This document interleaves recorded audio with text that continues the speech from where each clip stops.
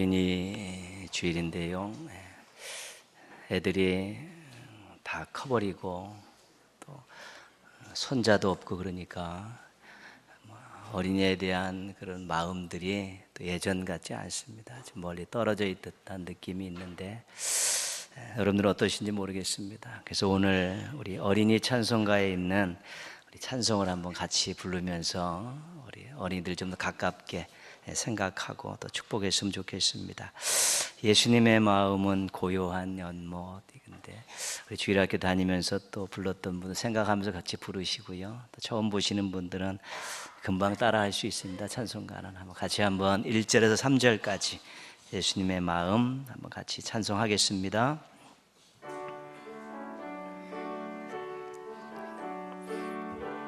이쁘게 불러, 이쁘게.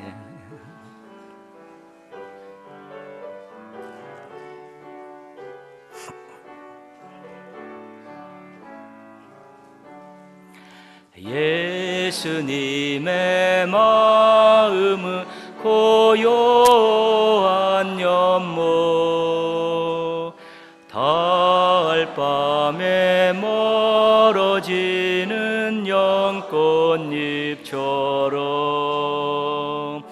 우리들을 다정히 불러주어요. 우리들을 다정히 불러주어요. 예수님의 마음은 높은 하늘, 봄하늘 노래하는 종달새처럼 원수들도 모두 다 부어주어요. 원수들도 모두 다 품어주어요. 예수님의 마음은 깊은 바다, 값비싼 보배들이 가득함같이 기쁨으로 내 소원 들어주어요. 기쁨으로 내 소원 들어주셔요. 아멘. 예수님의 마음이 고요한 연못 같고 또 높은 하늘 같고 깊은 바다 같다. 어떤 시죠, 시. 아름다운 시인데, 그래서 예수님의 마음이 따뜻한 마음이라는 것이죠.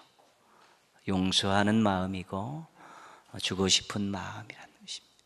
예수님 마음을 한마디로 하면 우리가 이제 사랑의 마음이다, 그렇게 말씀드릴 수 있습니다.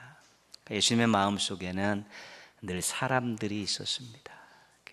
내 안에 너 있다, 너는 나다, 이런 귀한 마음들을 가지고 사셨죠. 그래서 예수님의 마음 속에는 사람에 대한 관심이 항상 있었습니다. 그리고 그 사람에 대한 긍휼히 여기는 마음이 있었고 또 그 사람에 대한 배려하는 그런 마음들이 예수님의 마음 속에 꽉 차 있었습니다. 그래서 이 마음 안에서 많은 사람들이 위로를 받았습니다. 이 마음 때문에 많은 사람들이 용기를 얻었고요. 이 마음에서 베푸는 손길 때문에 또 많은 사람들이 도움을 얻었습니다. 적대자들과 이기적인 마음으로 온 사람 외에는 예수님을 만난 사람 치고 유익을 얻지 않은 사람이 없습니다. 예수님 마음이 원체 따뜻한 또 용서하는 마음이고 주고 싶은 마음이고 사랑이 넘치는 마음이었기 때문에 적대하지 않은 한 예수님을 만나면 유익을 얻는 것이고요. 이기적인 마음으로 자기의 마음을 꽉 닫고 있지는 않은 한 그의 삶의 인생에 좋은 또한 선물들을 얻을 수 있었던 것입니다. 그 예수님의 마음이 참 얼마나 귀하고 또 얼마나 아름다운 마음인가 다시 한번 되새기게 됩니다. 빌립보서 2장 5절 말씀은 이렇습니다. 너희 안에 이 마음을 품으라. 곧 그리스도 예수의 마음이니. 너희 안에 예수님의 마음을 가지라는 것입니다. 아주 강력하게 권면하고 있죠. 신앙인들에게 있어서 예수님의 마음을 담는 것, 예수님의 마음을 품는 것은 정말 중요한 일이고 필요한 일이기 때문에 강권적으로 말씀하고 있는 것입니다. 빌립보서에 나오는 이 그리스도의 창가 안에 나오는 너희 안에 이 마음을 품으라고 그리스도 예수의 마음이니, 예수님의 마음은 겸손한 마음입니다. 근데 이 겸손한 마음이 하나님에 대해서는 순종하는 마음이고 사람들에 대해서는 섬기는 마음이셨습니다. 하늘 보좌를 버리시고 이 땅에 내려오시지 않았습니까? 또 사람들을 구하기 위해서 십자가에 올라가시지 않았습니까? 그 내용을 이야기하면서 예수님의 마음을 품으라 그렇게 말씀하시지요. 인간들 불쌍하지 않아 하늘 보좌를 버리고 내려가라는 그 하나님의 말씀에 순종하고요.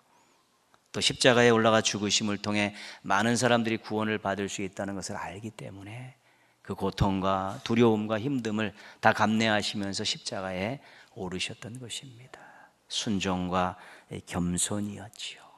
그래서 우리가 이 마음을 품으려는 그런 노력들을 해야 되고 이 마음을 품겠다는 결단들을 가지고 살아야 되는 것입니다. 근데 이 예수님의 마음을 품으려고 또 예수님의 마음을 닮으려고 하면 많은 노력과 시간이 필요합니다. 왜냐하면 우리 마음속에 버려야 될 것들이 있기 때문에 그렇습니다. 덕지덕지 끼어있는 좋지 않은 것들 버려야 되는 것이고요. 또 우리의 마음 안에 고쳐야 될 것들이 있어서 그렇습니다. 왜곡되고 삐뚤어져 있고 그런 것들 고쳐야지만이 예수님의 마음을 품을 수 있고 예수님의 마음을 닮아갈 수 있는 것입니다. 그래서 말씀과 기도가 중요한 것입니다. 매일 개인 경건 생활을 통해서 말씀을 읽고 기도하면서 말씀에 자기 마음을 비춰보고 또 거기서 버려야 될 것들을 또 찾아내고 고쳐야 될 것들을 찾아냈을 때 하나님 앞에 또 기도하며 몸부림치면서 마음을 비우고 마음을 바로 세우면서 예수님의 마음을 품고 닮아가는 노력들을 계속해야 되는 것입니다. 무언가 내보내기 위해서는 새로운 것들이 들어오면 좋습니다. 충만함이라는 그런 것이죠. 우리가 충만해지면 우리 속에 있던 좋지 않은 것들, 신앙적이지 않은 것들이 밀려나가게 되는 것입니다. 그래서 성령 충만, 말씀 충만, 은혜 충만 이런 충만을 이야기할 때 우리가 말씀과 기도로 충만하게 되면 우리가 다 좋지 않은 것들, 버려야 될 것들을 우리가 쉽게 내보낼 수 있는 것입니다. 주님 사랑이 넘쳐나는데요. 더 주님 뜻대로 살고 싶은 마음이 넘쳐나는데 어떤 욕심이라든가 엄난이라든가 이런 것들이 당연히 밀려나가게 되어 있는 것입니다. 또 하나님의 말씀은 능력입니다. 기도는 하나님의 능력을 우리 삶 속에 끌어들이는 하나님이 주신 선물입니다.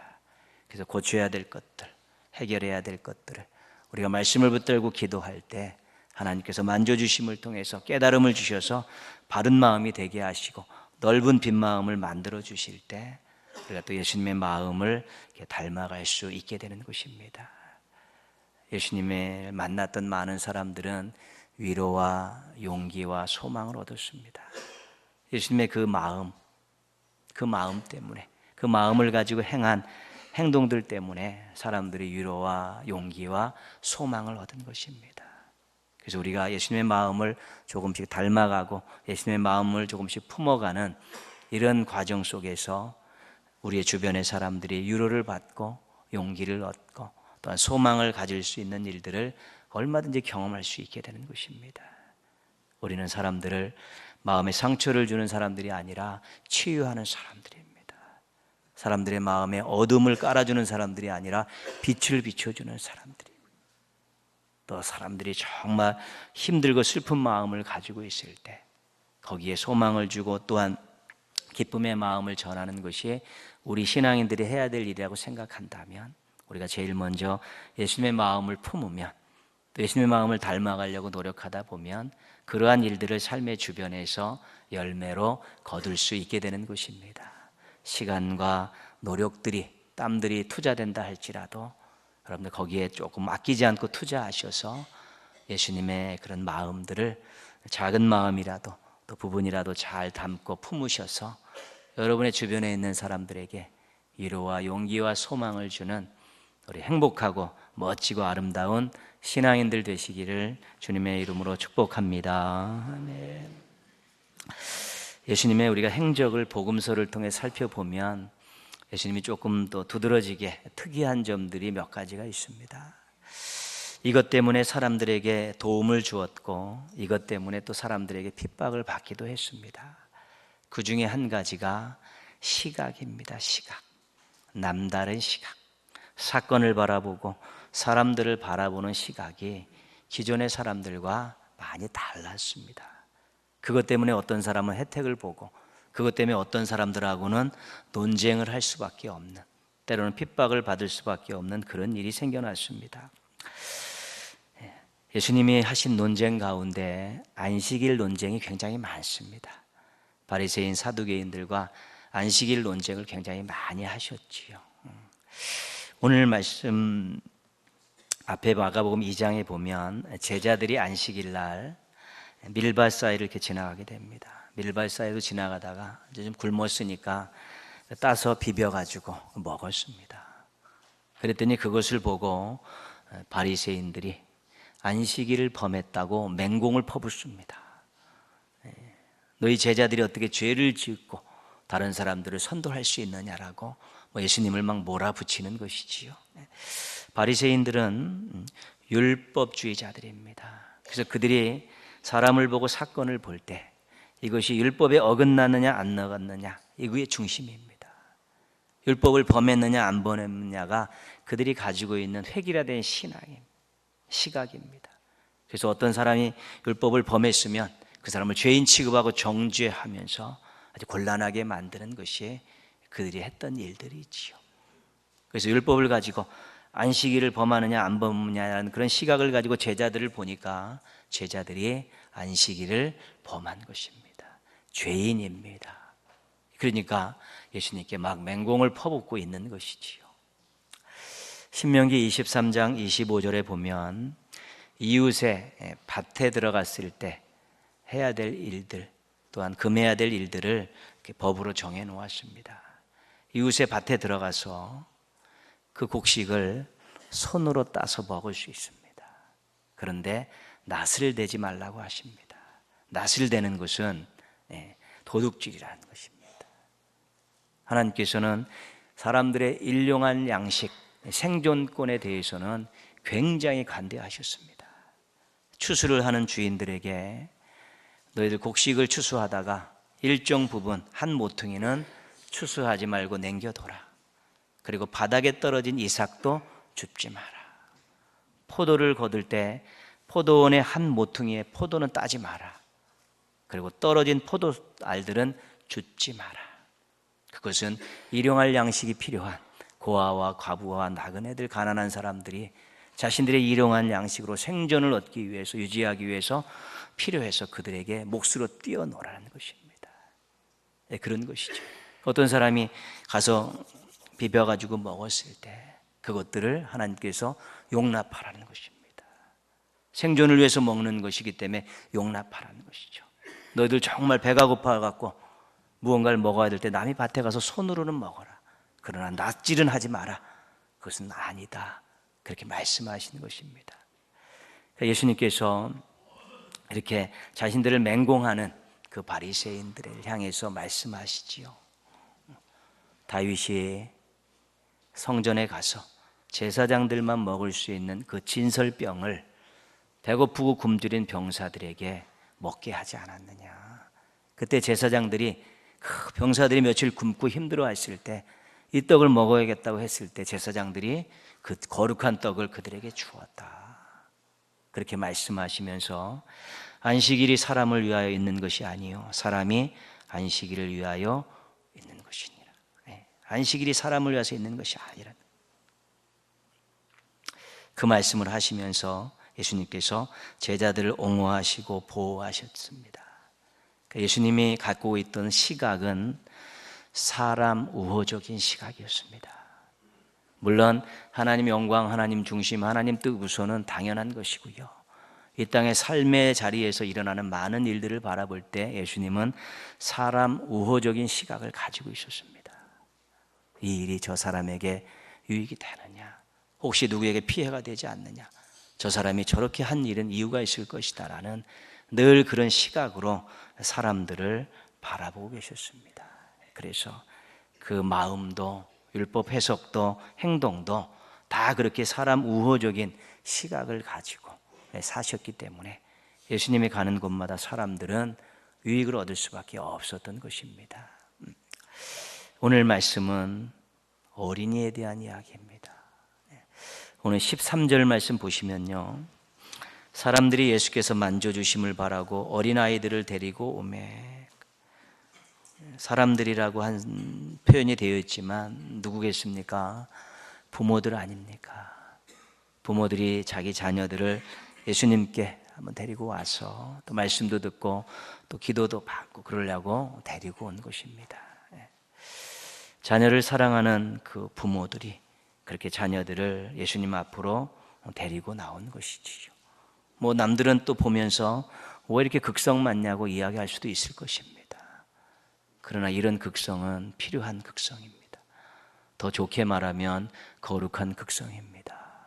우리 자녀가 예배의 자리에 있어야 된다는 것, 우리 자녀가 말씀을 들어야 된다는 것, 우리 자녀가 또 기도의 자리에 있어야 된다는 것, 이것은 굉장히 중요한 것입니다. 부모님들에게 있어서 그것만큼 큰 선물이 어디 있고 그것만큼 큰 교육이 어디 있겠습니까? 우리 자녀가 하나님의 예배 자리에 있게 하기 위해서 소란을 피는 것들, 적극적으로 난리를 띠는 이런 극성들은 칭찬받아 마땅한 것이고 또 본받아야 마땅한 그런 일들인 것입니다. 우리가 자녀들이 예배 자리에 오는 것이 요새는 원체 삶이 다양하기 때문에 못 올 수도 있습니다. 그러면 부모님 마음은 굉장히 불편해야 되는 것입니다. 어쩔 수 없는 상황으로 주일날 다른 곳에 가야 되지만 우리 아이가 그렇게 하지 못하는 것에 대해서 불편해하고 혹시 그쪽에 가서 예배의 자리에 갈 수 있는 방법은 없을까? 없으면 부모가 기도해야 되는 것이죠. 새벽을 깨우며 기도하고 그 예배 자리에 앉아서도 불편한 마음으로 기도하면서 우리 자녀가 하나님 앞에 오늘 서지 못했습니다. 예배 자리에 있지 못했습니다. 다음에는 꼭 데리고 오고 또 갔다 와서 제가 들은 말씀을 전달하면서 우리 자녀가 예배 자리에 있게끔 있는 것 같이 하겠습니다. 그런 마음들을 가지고 있어야 되는 것입니다. 어렸을 때부터 예배의 자리보다 다른 자리가 더 중요하다는 것을 은연중에 애들 마음속에 심어주면 나중에 반드시 눈물 흘리면서 돌아오라고 기도할 날이 있는 것입니다. 어린의 마음은 아주 연한 마음이죠. 백지 같은 마음이기 때문에 우선순위를 무엇으로 심어주는가를 어려서부터 가르쳐주지 않으면 완전히 바뀌어버리는 것입니다. 네, 우리 엄마는 어떤 일이 있어도 예배를 먼저 챙기셨다고, 예배에 꼭 가도록 때로는 나에게 종아리를 때리셨다라는 그런 것들이 그때는 아팠지만 나중에 감사가 되는 것입니다. 우리가 신앙의 선배들의 간증들을 들어보면 부모님에 대한 간증들이 굉장히 많습니다. 우리 엄마는 주일날 나에게 가장 좋은 옷을 입히셨습니다. 우리 엄마는 주일날 나에게 가장 맛있는 음식을 만들어 주셨습니다. 그래서 저는 주일이 굉장히 행복한 날입니다. 기다려지는 날이었습니다. 그게 좋은 신앙으로 컸던 그런 신앙의 선배의 한 간증이었습니다. 어떻게든지 하나님 앞에 예배의 자리에 세우려는 그런 부모의 노력들이 나중에 자녀들의 신앙에 엄청난 밑거름이 되고 또 기반이 된다는 사실을 잊지 말아야 되는데, 오늘 이 본문에 나오는 이 부모님들은 너무 멋진 부모들이고 우리가 본받아야 될 그런 부모들입니다. 그런데 13절 뒷부분에 보면 제자들이 이 부모에게 막 혼을 내는 것이죠. 예수님 피곤하신데 바쁜데 무슨 애들까지 신경 쓸 일이 있냐라고 혼을 내고 있는 것입니다. 예수님을 생각해 주는 것 같았는데 예수님은 그렇게 생각하지 않으셨습니다. 14절 말씀 보시면요, 예수께서 보시고 노하시어, 예수님이 화가 나셨습니다. 예수님께서 그 서기관들과 그 바리새인들에게 분노하시고 그들에게 저주를 퍼부으신 적은 있지만 일상에서 화내신 적은 별로 없습니다. 그런데 이번에는 화를 내고 계신 것입니다. 예수님께서는 제자들의 그런 모습이 절대로 당신을 위한 거라고 생각하지 않았습니다. 예수님은 그 현장에서 그 자녀를 사랑하고 자녀들을 당신 앞에 나와서 말씀을 듣게 하고 또 축복하기를 원하는 그 부모들을 예수님께서 보신 것입니다. 저 마음은 절대로 무시당해서는 안 된다는 것이 예수님의 마음이셨고, 저 마음은 인정할 만한 마음이라고 예수님께서 그렇게 생각하고 계신 것입니다. 물론 조금 편하실 수 있습니다. 성가신 것이 없을 수도 있지만 예수님은 그 상황에서 당신의 편함을 보시지 않고 그 부모를 보신 것입니다. 그 사랑하는 마음으로 자녀를 데리고 온, 그 멀리서 이 많은 인파 속에서 자녀를 데리고 끌고 나온 그 부모의 마음이 너무 좋았기 때문에 그 부모를 절대로 실망시키실 수 없다는 것이 예수님의 생각이셨습니다. 14절 15절은 같이 읽겠습니다. 예수께서 보시고 노하시어 이르시되 어린아이들이 내게 오는 것을 용납하고 금하지 말라. 하나님의 나라가 이런 자의 것이니라. 내가 진실로 너희에게 이르노니 누구든지 하나님의 나라를 어린아이와 같이 받들지 않는 자는 결단코 그곳에 들어가지 못하리라 하시고, 예수님께서 공생의 기간 동안에 선포하셨던 말씀, 행하셨던 모든 기적들의 주제는 뭐였냐면 하나님 나라였습니다. 그런데 이 어린아이들을 하나님 나라하고 하나님 나라를 비유를 들어서 이 어린아이들을 설명하고 있는 것이지요. 그 당시 무시당하고 있던 이 어린아이들이 하나님 나라의 일원이라는 것입니다. 하나님 나라의 백성이라는 것입니다. 귀한 존재라는 것입니다. 그렇게 하나님 나라와 어린아이들을 결부시켜 이야기하면서 무시당한 숫자에 들지 않도록 무시당하는 그런 아이들이었지만 예수님은 이들이 하나님 나라의 백성이고 너희들보다도 훨씬 하나님 나라가 가까운 그런 존재다라고 어린아이들을 그 지위를 높여주시고, 오늘 16절 말씀에 보면 그 어린아이들을 안고 그들 위에 안수하시고 축복하시니라. 많은 사람들이 보는 앞에서 머리 위에 안수하고 축복하시는 것이죠. 하나님 나라 백성, 존귀한 자라고 그렇게 아이를 높여주신 것입니다. 예수님 나서시지 않았으면 어린아이는 예수님 근처에도 올 수 없었습니다. 그리고 부모들은 마음의 실망과 상처를 받고 돌아설 수밖에 없는 것입니다. 그러나 그 사건 속에서, 그 현장에서 예수님은 부모를 보고 어린아이들을 보면서 그들의 존재를 부각시켜 주시고 그게 한 일이 옳은 일이었고 칭찬받을 만한 일이고 본받을 만한 일이라고 높여주시고 계신 것입니다. 예수님께서 그런 사람 우호적인 시각을 가지셨기에 그 먼 길을 찾아온 그 부모와 아이가 정말로 행복한 모습으로 돌아갈 수 있었던 것입니다. 제자들의 시각은 그렇지 않습니다. 예수님 바쁘신데, 또 우리들도 성가신데, 이 아이들 숫자에도 들지 않는 그런 소자들인데, 그러면서 그들을 물리치려고 했었던 것이 제자들의 시각이었지만 예수님께서는 정말 사람 우호적인 시각을 가지고 그들의 유치를 높이고 행복한 모습으로 또한 가정으로 돌아갈 수 있도록 배려를 해주신 것입니다. 일보다 사람이 중요합니다. 돈보다 사람이 중요합니다. 이 땅에서 일어나는 많은 사건들을 보면 다 일 중심, 돈 중심으로 그 문제를 해결하려고 합니다. 사람들은 늘 뒷전입니다. 그래서 아픔이 있고 상처가 있고 오랜 세월 동안 그것을 끌어안고 사는 사람들이 부지기수한 것입니다. 일이 벌어졌으면 사람 우호적인 시각을 가지고 그를 풀어내야 되는 것입니다. 일 중심, 사람 중심, 정치적인, 경제적인 이런 논리 가지고 그 문제를 풀다가 사람들 마음에 상처를 주고 평생 한을 안고 살아갈 수 있는 일들을 만들어가는 것입니다. 우리도 마찬가지입니다. 관계 속에서 공동체 안에서 일어나는 일들이 있을 때마다 이 일이 잘 돼야 된다는 것 중요합니다. 이득이 있어야 되는 것 중요합니다. 그러나 그 일로 인해 상처받던, 소외되거나 그 일로 인해서 한을 품는 사람들이 생겨나지 않도록, 결과가 조금 내려앉더라도, 이득이 조금 줄어들더라도 사람들이 기뻐하고 함께 어우러지고 살아갈 수 있도록 사람 중심의 시각을 가지고 그 문제들을 풀고 그 일을 해나가게 될 때 자신도 행복하고 그 일과 연루된 많은 사람들이 같이 행복할 수 있는 것입니다. 그게 하나님 나라입니다. 하나님 나라에 맛볼 수 있는데 그게 하나님 나라를 맛볼 수 있는 중요한 것입니다. 우리가 예수님의 마음을 봤고요, 예수님의 시각을 보았는데요, 그 마음을 품고 그 시각을 가지려는 노력들을 하시면 그 마음 때문에, 그 시각 때문에 우리가 얼마나 행복해지는지 모릅니다. 그리고 우리 주변의 사람들과 공동체가 얼마나 또 기뻐하고 즐거워하고 행복하는지 모릅니다. 사람이 행복해야 행복한 세상입니다.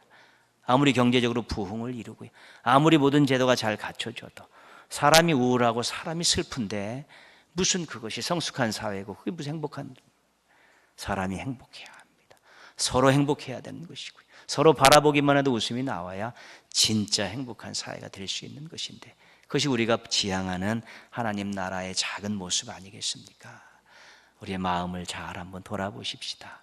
그리고 우리의 시각을 다시 한번 잘 점검해서 예수님의 마음, 예수님의 시각으로 우리가 조금씩 바뀌어 갈 수 있다면 정말로 이전에 맛보지 못했던 큰 기쁨과 즐거움과 복을 누릴 수 있게 될 것입니다. 예수님의 마음과 시각을 가지고 많은 사람들을 행복하게 하고 공동체와 사회를 따뜻하게 만들어가는 우리 하나님의 진정한 백성들 되시기를 주님의 이름으로 축원합니다.